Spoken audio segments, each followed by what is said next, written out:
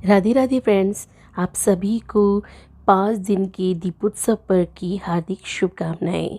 उन सभी को बहुत बहुत शुभकामनाएं जो अपने घर की सफाई करने के बाद इस दीपोत्सव को बहुत ही हर्षोल्लास से मनाते हैं, घर के बड़े बुजुर्गों का आशीर्वाद लेते हैं। फ्रेंड्स, नरक चतुर्दशी, जिसे कि हम रूप चौदस के नाम से भी जानते हैं, इस दिन हर सुहागन महिला 16 श्रृंगार करती है। सुबह जल्दी उठकर उबटन आदि से स्नान करने के बाद 16 श्रृंगार कर कर पूर्णतः सजती संवरती हैं।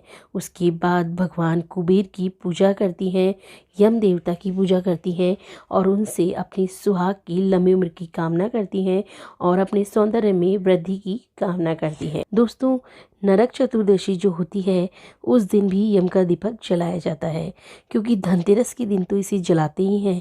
इसके अलावा जो यम का दीपक है वो नरक चतुर्दशी यानी कि धनतेरस की दूसरे दिन, जिसे हम छोटी दिवाली भी बोलते हैं, जिसे हम रूप चौदस भी बोलते हैं, इस दिन भी जलाया जाता है। कई घरों में इसे सिर्फ धनतेरस के दिन जलाते हैं और कई घरों में इसे दोनों दिन जलाया जाता है। यम का दीपक के बारे में एक मान्यता है कि यम का दीपक जलाने से अकाल मृत्यु का भय नहीं होता।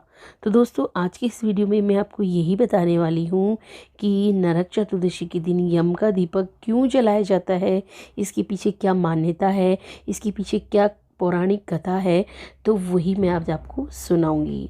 तो चलिए शुरू करते हैं। कहा जाता है कि एक बार राजा हेम हुआ करते थे। राजा हेम को एक पुत्र हुआ।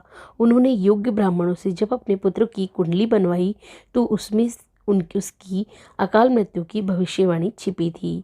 कुंडली में कहा गया था कि शादी के बाद चौथे दिन उसकी मृत्यु हो जाएगी। राजा हेम ने बेटे को युवतियों से बचा कर रखा और ऐसी जगह भेज दिया जहाँ पर उस पर किसी महिला की परछाई तक ना पड़े।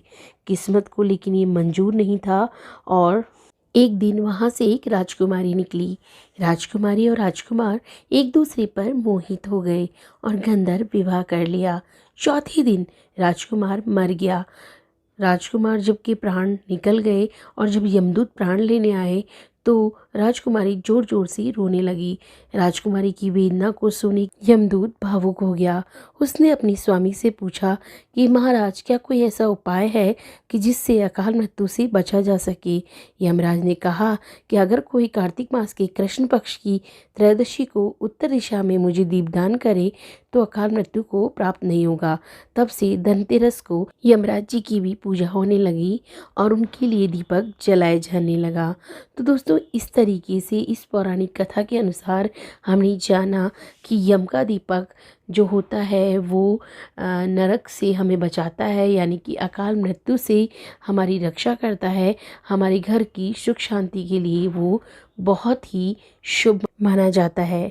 तो दोस्तों, इस तरीके से हमें नरक चतुर्दशी यानी रूप चौदस के दिन यम का दीपक ज़रूर जलाना चाहिए और रूप चौदस को पूरे ही हर्षोल्लास के साथ मनाना चाहिए।